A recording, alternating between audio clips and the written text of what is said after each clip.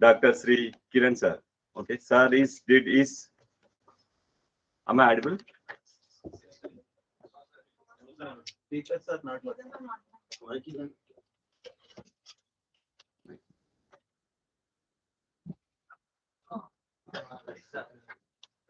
Okay. I'm going to introduce today's speaker. That is Dr. Sri Kiran Kumar sir. Sir did his BTech in IEEE in our National University, and sir completed his master's degree in biomedical engineering, and he also completed his PhD in Louisiana Tech University, USA. Sir is published so many research papers and delivered many international conferences and FTPs, and is a eminent speaker. Today, sir are going to give a lecture on nanomedicine medicines. I welcome Kiran Kumar sir to. Thank you for the introduction. Good morning, people.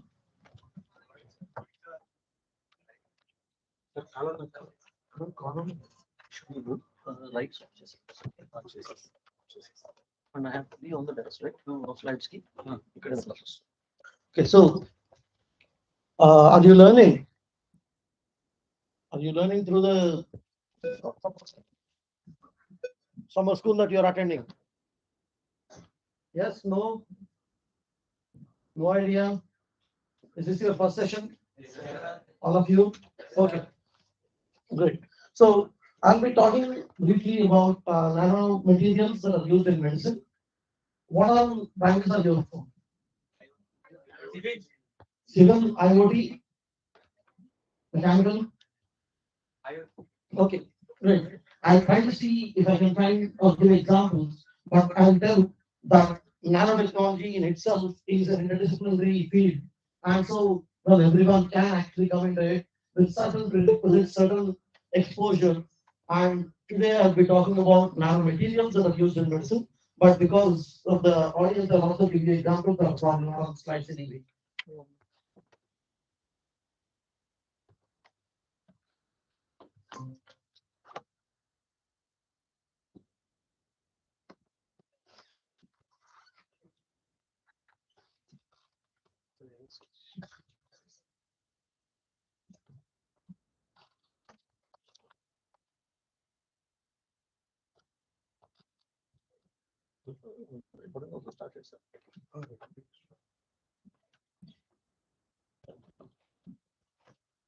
Srinu, ఒకసారి రావా fast గా hello ఒకసారి రావా fast గా While the slides are getting ready anyway for you to see, there's not much to see. I'll anyway talk first. So nanomaterials are defined as any materials that have a structural dimension of less than 100 nanometers. Even one dimension that is less than 100 nanometers is considered a nanomaterial by definition. So that dimension can be either the internal dimension or an external dimension or surface dimension of the material. So, or sometimes nanomaterials are also materials that are developed through nanotechnology or nanofabrication techniques that we know. So, in either of these ways, we define nanomaterials very loosely, and nanomaterials have multiple applications. Particularly, I will be talking about applications in medicine and biomedical engineering, healthcare tech, and so on, where there are a lot of advantages and applications coming up as the field is emerging. I'm not sure if you know, but Tim Cook, I'm sure you know Tim Cook. Who's Tim Cook? Apple CEO, right? And he told, nearly in the beginning of his taking over after Steve Jobs, he said he wants to see Apple as a healthcare tech company and not just a computer company. And that is because a lot of emerging areas are finally going to be applications in healthcare, because if we don't focus on healthcare and medicine, on longevity of life or improving the quality of life, what's the point in developing so much technology if you are dying soon or can't be healthy, right? So that is why Apple actually started focusing on healthcare tech. And I'm sure at least some of you, does any of you use an Apple Watch? One person at least two. So you know how accurate that ECG sensor on Apple Watch is, right? The heart rate that Apple Watch measures is quite very accurate. And that is because Tim started with that vision. And how that is possible is, well, eventually it also has certain components that are nano-fabricated, but otherwise, in general, it's a healthcare application that a technology company is focusing on. Similarly, I want all of you to be able to appreciate what nanotechnology can give us and nanomaterials can give us. So, any nanomaterial, when we talk about nanomaterials and medical applications, I also wanted to classify biomaterials as any material that interfaces with the biological system. So, when you are using a nanomaterial in interface with the human system, with our body, either outside the body or inside the body, that is considered a biomaterial.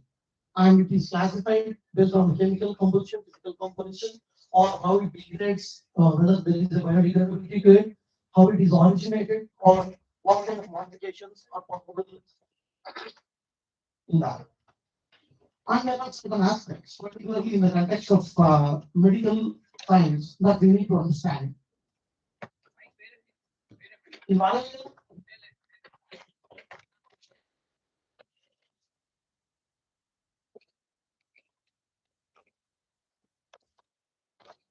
okay, what you could, no, I think that should be good, yeah. So, biocompatibility is an important concept that is necessary for us to look into. Biocompatibility is about how a particular material interacts with the system, what the system does to it, and what it does to the system. So when I actually have a band-aid, if there is any allergy for my skin to the band-aid, which well I actually have, and that's probably why I got that example right away. So my skin has an allergy to latex. So if I actually stick a band-aid which has latex in it, there is a formation of pus around it, and the wound is actually bigger than it originally was. So I stopped using bandages, and that is an example of lacking biocompatibility, where my body cannot take back with it right, and because of that, it can actually infect my body beyond what it should repair. So such things must be considered, and that actually limits what materials we can use in what environments. It's also important to understand that biocompatibility is not just connected to the material itself, but also how the material is used, what the material is, and what the form is, what the concentration is, how it is made, and whether it's a short-term impact or long-term impact, and so on. For example, silver nanoparticles, we'll talk about that in a bit, but silver nanoparticles or silver as a nanomaterial has, I mean, is okay for me to use on the skin and for short duration, but within the skin, it is a problem. Or even if you have silver aerosol sprays, where the nanoparticle size is much smaller than nanoparticles otherwise, that is toxic. If I inhale silver and in the aerosol form, then it can be toxic to my body. I mean, not just my body, human body. So, silver nanoparticles at a certain size are good on the skin, but not when they are inhaled. In such ways, the form of the particle or the concentrations, for example, cadmium selenium sulfur is an alloy that can be made, and even that at a few micrometers, at a few micromolar molarity, that is okay, and that can actually kill bacteria. But beyond that concentration, it can kill even living cells, healthy cells. So we have to be very careful when we are designing nanomaterials, particularly used with biomedical systems, which is, I mean, biological systems, which is a human body included. And the long-term impacts. This is where I'll probably go towards the end of it, but understand that the short-term impact and the long-term impact, even if the duration is short or long. So the duration of exposure is one thing, and the impact is another. Both of them are really important for us to know. And then biofunctionality is also something we should consider. Whatever we use as a material should not stop what is happening within the body as a natural physiological process. And it also must not change the biomechanical properties of the tissues or the internal organs or mammalian in including of course electrical properties also. So whatever materials we are using, we need to understand how it interacts with the biological system and particularly in that biological environment at that concentration in that form and so on. And even of course how it is made. If there are solvents that were used in the synthesis that are probably not good for the body, and if you're taking that material out and implanting in my body, there is probably still trace amount of that solvent which can still impact my body. So the synthesis is also really important. So application areas for nanomaterials include a lot of things. So there are biosensors which can be made and assays. Assays are basically testing or inside test beds kind of thing, where you can test certain materials, certain properties with assays. At the time, you usually have an array of sensors lined up in a matrix form. And so those there, and there are biosensors because of material properties, we can use them as biosensors. And they can be used agents, contrast agents, meaning they give a specific property. So if you actually, for example, a fluorescent dye, there is what is called, say, for example, yellow fluorescent protein or green fluorescent protein, which is a protein, but it has fluorescent properties at certain wavelengths. That green color. And based on that, I know where that particular material is going and where it is interacting and such. So that way it's a contrast agent in the sense that it contrasts its color or some property, contrasts with the environment it is in, so that we can keep tracing it. And that is really useful in medical imaging. And then accurate targeting is really the most important development that is happening for a long time now. We are talking about literally, I mean, practically, I'll first talk about that because that's probably closer to home example for all of you. We all take, or we all probably, particularly in the COVID times, when we had fever, we took a tablet. Usually, what was that? For fever? Paracetamol, Dono 650 or 650 milligram of paracetamol. But do you really need 650 milligram of paracetamol to treat fever in your body? Or even a small, easier example for most of you, I'm sure every one of you have taken a painkiller at least once, right? And you take painkillers in the order of 200 mg, 400 mg, or 600 mg. Again, I probably have pain in the knee or probably a fingertip, and I may need a painkiller. Why would I need to load my body with 600 mg of ibuprofen to treat that? Instead, can it be possible that I send that painkiller chemical only to this spot where I have a pain, only to my knee, only to my ankle, wherever the pain is? In that case, that material, the size, the quantity of material I use can be reduced to nanograms or even picograms. I wouldn't need hundreds of micrograms. So that is what you're talking about, targeted drug delivery. So what I do is I package ibuprofen in a particular nanoshell material or nanocapsule material, which breaks open only when it finds pain points. So pain or fever or anything like that, an abnormality in the human body is usually characterized by certain things, such as more cell death, higher temperature, and so on. So it can go to that area, it can go through the bloodstream, and the nanoshell breaks open only when it reaches certain temperature. And at that point, it opens, so it doesn't need huge amounts of drug. There is only little amount of drug that can go in. And cellular level repair. We are talking about nanoscale. Nanoscale, like I said, can be anywhere between 1 nanometer to 100 nanometer. So you can even target at a cellular level and repair individual cells, single cells. And stem cells, this is stem cell therapy is actually improving, but then stem cells cannot live within every environment. I can inject stem cells. Stem cells, I'm not sure if you all remember what stem cells are. Do you?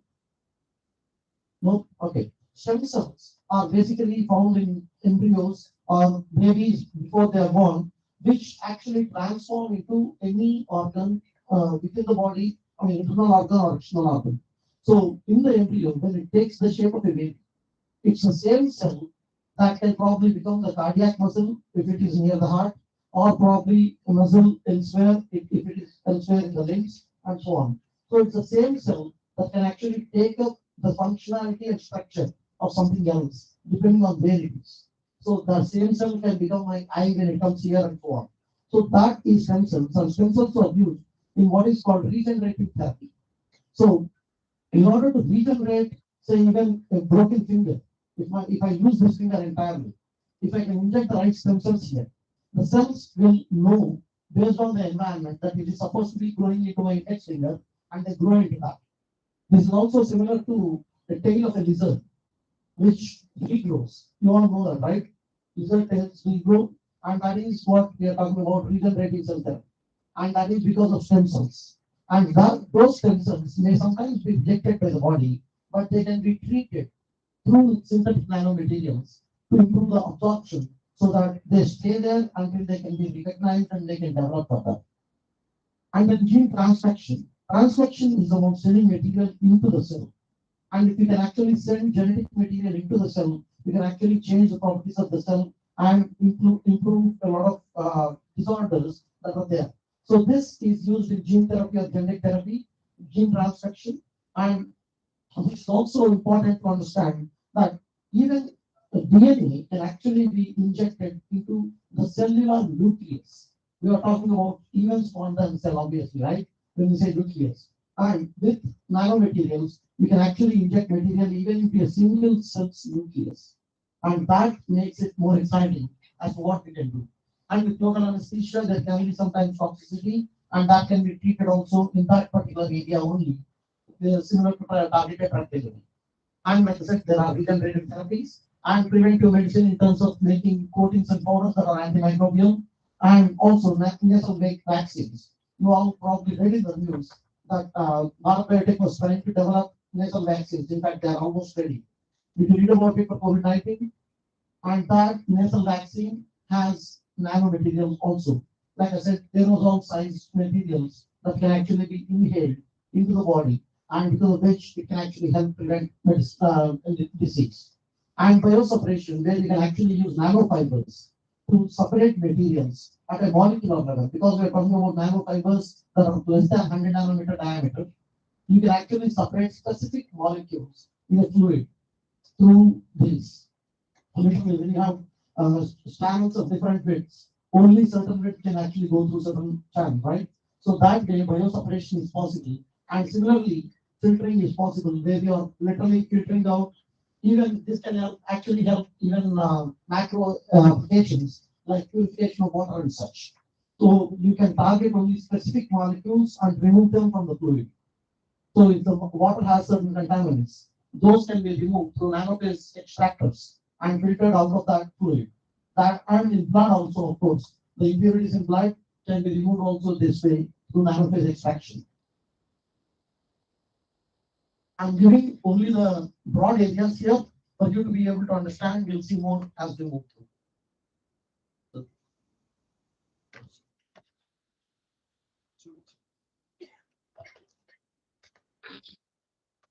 So for biomaterials particularly, major application areas include tissue engineering, regenerative medicine, I talked about them, drug delivery, organ repair and replacement also. So, like I was telling, biocompatibility is an important concept, aspect that we need to consider when we are using materials. Research has already published, printed, 3D printed, sometimes synthesized, sometimes in various ways. They have done artificial blood, artificial liver, artificial kidneys, artificial heart, and artificial lungs. They're all ready. But would they be able to sustain in a human body is what is being tested right now. Artificial blood has been around for more than 15 to 17 years now. And artificial blood, just imagine what it can do to us. We all probably saw some request for blood donation, right? Blood platelet donation or blood donation, and so many units of it and so on. Wouldn't it be easy if we can simply print it in a lab and send it? That is what can be possible with nanomaterials also. We can make nanomaterial coatings on these materials or mix nanomaterials with these so that they can be biocompatible, better biocompatible. And that eventually can help organ repair and replacement. With organs particularly, I'm not sure if you know, there are legal procedures that have to be followed. You cannot simply just donate your kidney or whatever. It has to be going through a legal procedure and through government approval and only to family members, or in extreme situations with special permissions for others. All these problems will be gone if we can actually use nanomaterials to create artificial organs and replace them. And scaffolding materials, nano scaffolds are, I'm not sure if you know what a scaffold is. You probably also saw a building, when a building is being constructed, you see this bamboo frame around it, bamboo or steel frame around it. That is a scaffold. That is not needed for the building to exist, but it is needed for the building to be fabricated first, created first. So the scaffold does exactly that. It helps build something else. So there are tissue scaffolds that can be made with nano scaffold, nanomaterials, and they can help grow tissues or cells on them, and then you remove it. So that scaffolding material is also needed, and there are various kinds of ceramics and polymers that can be used, or even composites that can be used in various applications. So there are also what are called functional biomaterials, where you bring in material functionality also, functionality also into the material. So how a material responds or functions is what you actually can design in the material itself. And all such possibilities are very true, real with nanomaterials. And this helps biofunctionality. We talked about it earlier, being able to transport nutrients and so on within the bloodstream, within the body, and so on. So that biofunctionality can be improved also with functional biomaterials. And in biomaterials, there are various ways biomimetic materials which do similar stuff as a natural biological material. So that is called biomimetic materials. Biomaterials that are actually made of biological substance that are also called specifically biomaterials. Self-assembly biomaterials. I'll talk about this in a bit when we consider DNA. Bioprinting functional hydrogels. Again, these are about printing, 3D printing that can be used. I will not probably be able to go into the detail there. And various polymeric architectures that actually help create newer materials. We'll talk about that also in a bit. And natural hydrogels. Hydrogel is the material that is used in contact lenses. So that can also be improved with nanomaterials, where you can actually use totally synthetic or totally natural hydrogels or even hybrids. And some natural biopolymers that you all know would be cellulose, cytosine or cytosine sometimes called, where you have certain applications for tissue engineering and regenerative medicine with that. And 3D supporting matrices, again, this can be a scaffolding for tissue restoration. Alginate is a material that is used for that, and hyaluronic acid or HA is used for drug delivery to make that nanospheres and such. And silk fibron is also used in wound dressings. So silk protein, that is what we are talking about here. Spider silk or natural silk from the silkworm can be used in wound dressings also, because it's a biomaterial and the body doesn't reject it directly.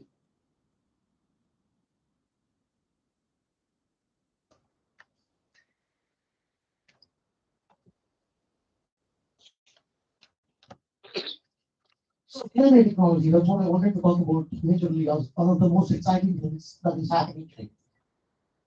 Where you can see here, the image is too small, I know, but this is a folded DNA barrel that has certain material in there. This is RNA material in there, and it enters the cell and releases this material and moves out of the cell. So this is what can be called a nanorobot or a nanobot. And DNA nanobots are being developed now. Originally started with DNA technology, and then the major advantage with DNA technology is this. You all remember there are four nucleic acids, right, that make up the DNA, ACTG, right? So those have certain specific compatibility, and the way they actually structure, they actually bond with one another is very well known, and that makes them self-assembly. And they can also be programmed in certain ways, in such a way that you can create various shapes with it. And that is what you're talking about, programmable materials. And at that level of self-assembly and programmability, DNA can actually offer a lot of opportunities in developing new technologies and new materials. So they can be coated with conducting materials. Research has coated them with certain gold particles in two different polarizations. You all probably know the LEO polarization and the dextro polarization, or right and left polarizations, right? So those give different properties to the material itself, and they can be used for different imaging applications.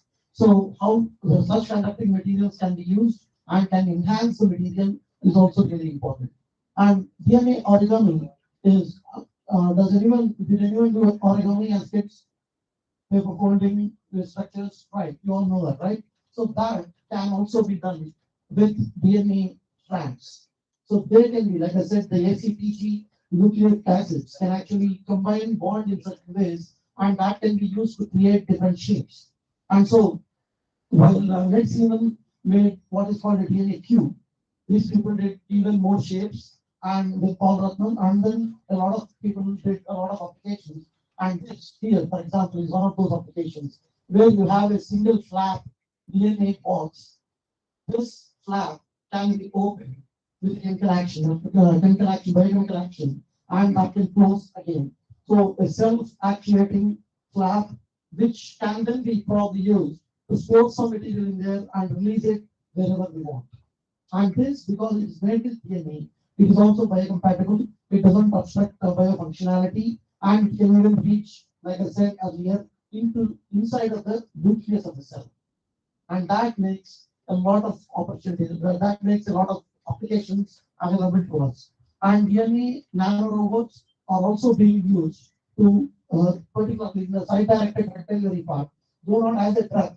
DNA nanorobots are actually guided through programmability to go hit cancer cells only and kill those cancer cells. Literally blast those cancer cells. So nano bombs have been developed in Sydney and later in Italy and Denmark and so on, where you can direct those cells directly to the cancer sites and they kill only that part there. And that's a great advantage. And that would be similar to chemotherapy, but doesn't really, again, like you don't need to take 600 mg of ibuprofen. You don't really need to expose the entire body to radiation. You can only expose that little site to radiation, and the effects are minimal compared to what happens with chemotherapy to the entire body.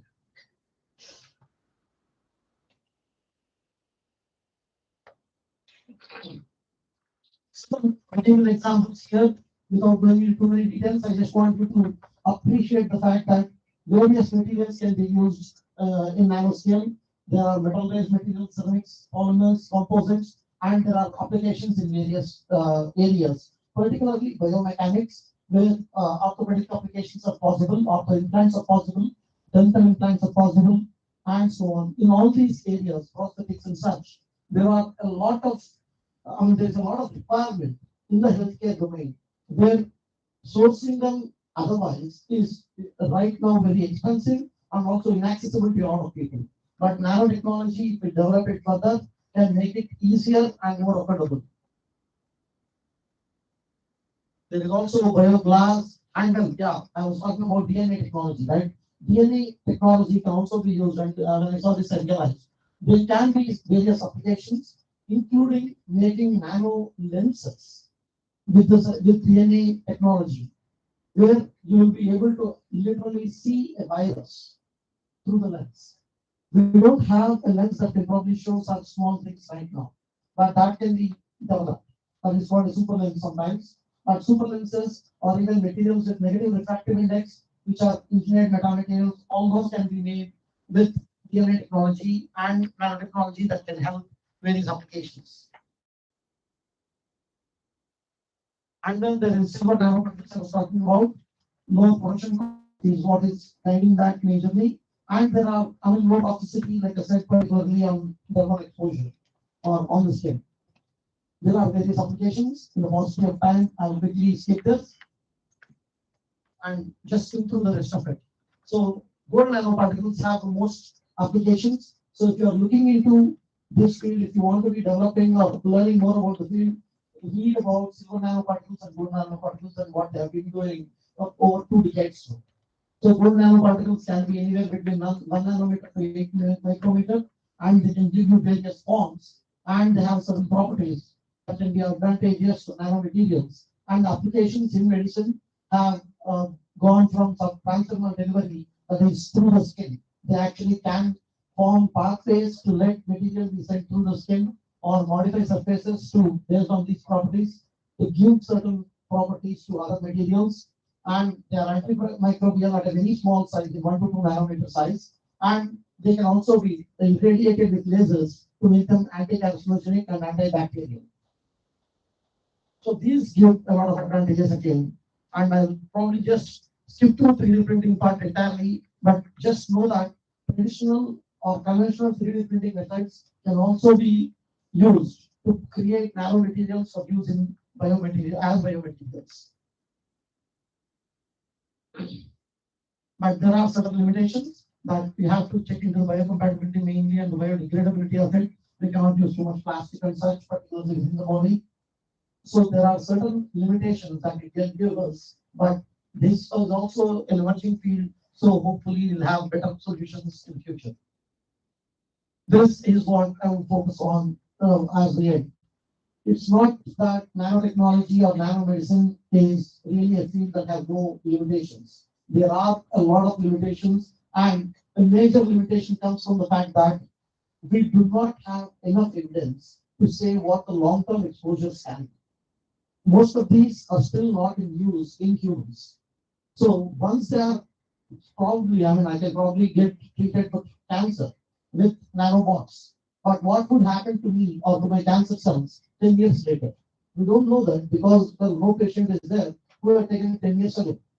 And that predictability is also not very easy, particularly in the complex physiological systems that we are talking about.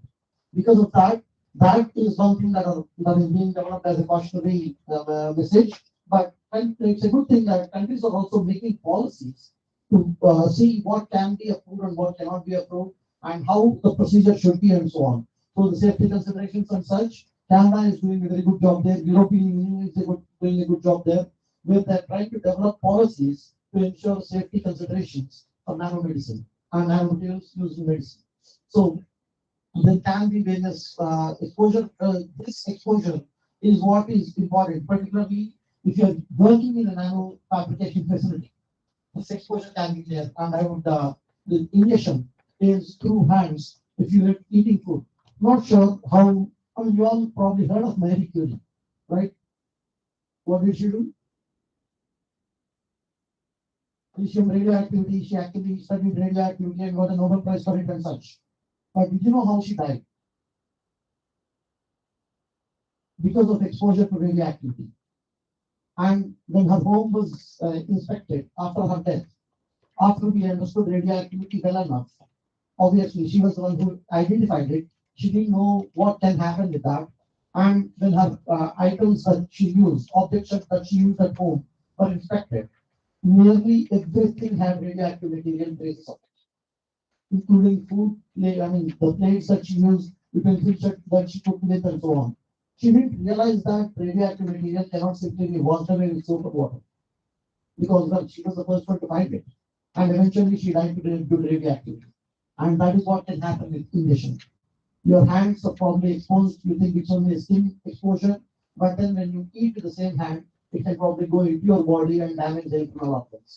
The skin probably is not affected by the material. So such things must be really understood better.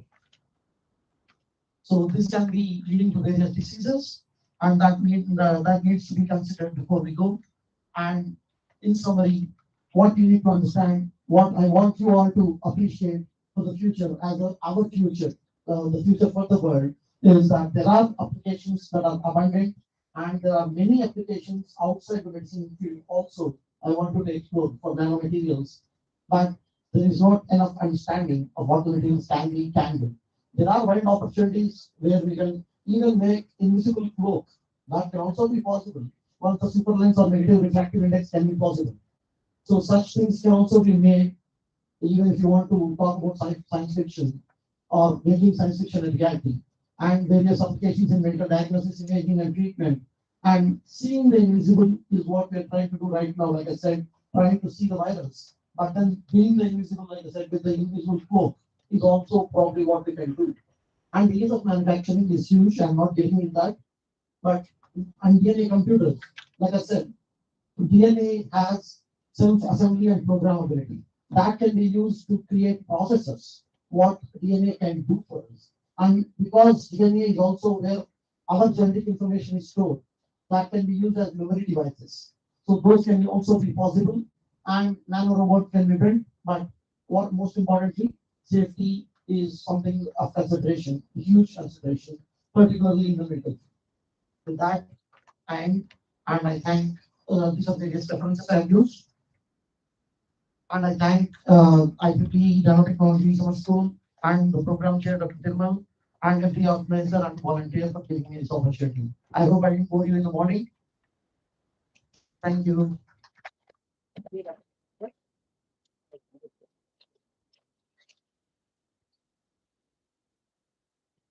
Thank you, Dr. Kiran sir, for enlightening our students and participants about the importance of nanometals in the medicine.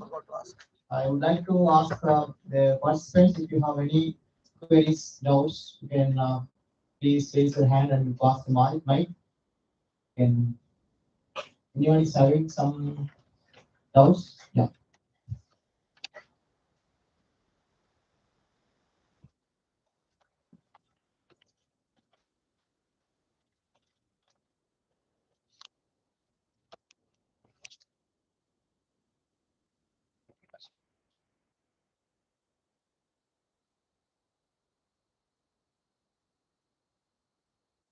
Any questions? If no doubts are there, sir, thank you very much for enlightening the students with so much low information. I just wanted to ask you a simple question. Sure. Sir, what is the current status of regenerative medicine, especially in this nanotechnology? Could you just give some light for that? Thank you, sir. Regenerative medicine, like I was telling earlier, stem cells are at the core of regenerative medicine.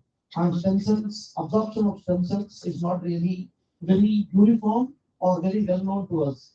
If I inject stem cells into, say, for example, my finger, can it help regeneration here? Is not still very well known, or there is no sure way to do it. But nanomaterials can actually help see where the particular stem cell is being rejected. And stem cells, they are also 3D printing and more. So synthetic stem cells, if they are actually injected, there is more chance of rejection. And nanomaterials can actually make it biocompatible, at least enough to work within there. And I'll give you an example also with regenerative medicine and something I worked during my PhD. And I completed a PhD in engineering physics, but I discontinued a PhD in biomedical engineering on nanobiotechnology, in which I was working on biodegradable wound dressings. So there, we are talking about being able to tie a bandage around the wound, and that bandage is eaten from inside the body. So that is made with biomaterials that can help the body regenerate and recuperate while the bandage is tied there. And that can help. Developed that with what they call layer by layer assembly. And the process, I think, like I said, I didn't want to go into the details of nanofabrication, but the process is pretty simple. I just have any material, any form, any shape, form factor. I can dip it in a solution for 20 seconds. Charge it and dip it in a solution for 20 seconds. And because of electrostatic attraction with opposite charge, that material grows on it in one layer. Depending on what material it is, we are talking about layers that are 1 to 20 nanometer thick, the molecular thickness. And on that, another layer for 20 seconds again, and 20 seconds, 20 seconds. So within a few hours, I can actually grow hundreds of layers of material. And if I choose those materials right, as to how it can help my body recuperate, also probably including some materials like immunoglobulin into it at certain layers. We are actually talking about example of regenerative medicine, where the body is eating away, say, for example, 30 layers in 2 days, 3 days. And then the scar tissue is what actually forms. Instead of forming the scar tissue, if I can ensure that there are stem cells that can help skin grow without a scar, that can help, the body will then eat it up and become the skin tissue. And then that can be nutrient for the skin in further layers. So this way, with biomaterials, I was using polylysine and polyglutamic acid, which are actually amino acids that are naturally available or can be synthetically made, but are a part of our human body, part of proteins that we have, peptides that we use and such. So those can actually help without any problem in regenerating the skin and also the cellulose matrix in the skin so that they can avoid the scars and such. So that way, regenerative medicine can actually benefit a lot with nanotechnology, with materials that can be synthesized in the lab also. So I was working with what we call RGD peptides. Again, I didn't want to get into the detail, but now that you asked, RGD peptides have an interesting property. RGD peptides are peptides where there are these three amino acids, R, G, and D. And arginine, glutamate, and I don't know my DS. I'm sorry, I'm not very sure. But RGD containing peptides in solution, they actually help cells grow. And in a scaffold in solid form, they repel cells. So they have different applications for different in different environments. So if we can use those properties, one important thing I would want to say here for all of us, all of the audience also is the major advantage. I told there are certain problems with nanotoxicity and such, where there are problems with nanomaterials. But that is exactly what scientists and researchers are doing to reverse that. So I know that certain material can probably kill cells. So then I take that material and put it in cancer cell treatment. I know certain properties of the material, they can actually work only for certain while in certain environment. So if I make it in such a way that that material property is changed or the environment of the material is changed later. So we can use RGD containing peptides, for example, that grow in solution and the solution can be dried up later to repel cells. So we can actually have a cellular level advantage in trying to grow material, and that can help regeneration very well in tissue engineering. Thank you, Mr. So one more question, if you don't mind. Sure. So if I want to really work on some RNA, because as you said, I can load lots and lots of data into that. So I just wanted to find where can I get RNA? Maybe is there any organization which can give maybe a CCMB? I don't know where I can get. Just CCMB can actually help you get that RNA strand, and then we typically use DNA, I mean PCR, polymerase chain reaction to grow DNA, and that can be, I mean, RNA can be extracted through that also. So RNA can be obtained through biomaterial. We can actually strip off material and get RNA out of it. But there are also sources that can be available through CCMB, or if you are talking plant biomaterials, even CPMB can actually provide some. But there are ways we can actually use that materials. thank you. Any other questions? Thank you. Yes, sir. Kiran sir, actually, Dr. Suresh is working with biocompatible polymers. Oh, great. That's why I think you can have some collaboration to some. Definitely, sir. We do have some collaboration. I mean, we did have the interactions earlier with Dr. Vasundhara in CCMB, and I closely work with the Atal Incubation Center CCMB. So I can probably put you through the right people.